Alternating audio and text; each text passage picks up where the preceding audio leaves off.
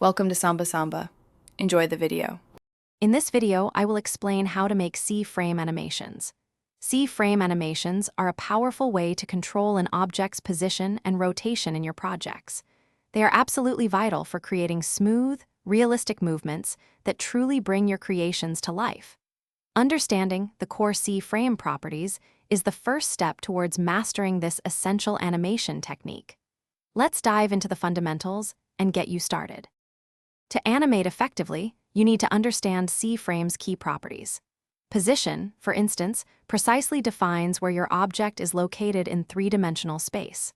Orientation, on the other hand, dictates its rotational state, telling it which way to face. These two elements, along with other matrix components, work together to give you complete control over an object's transformation. It's like having a blueprint for every movement. Now, let's talk about implementing CFrame animations. The most common method involves interpolating between two CFrame values.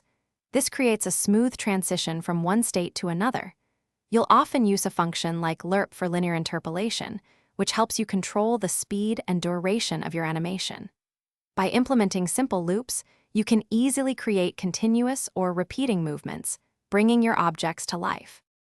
Finally, here are some best practices for CFrame animations. Always optimize your CFrame calculations to ensure smooth performance, especially with many animated objects.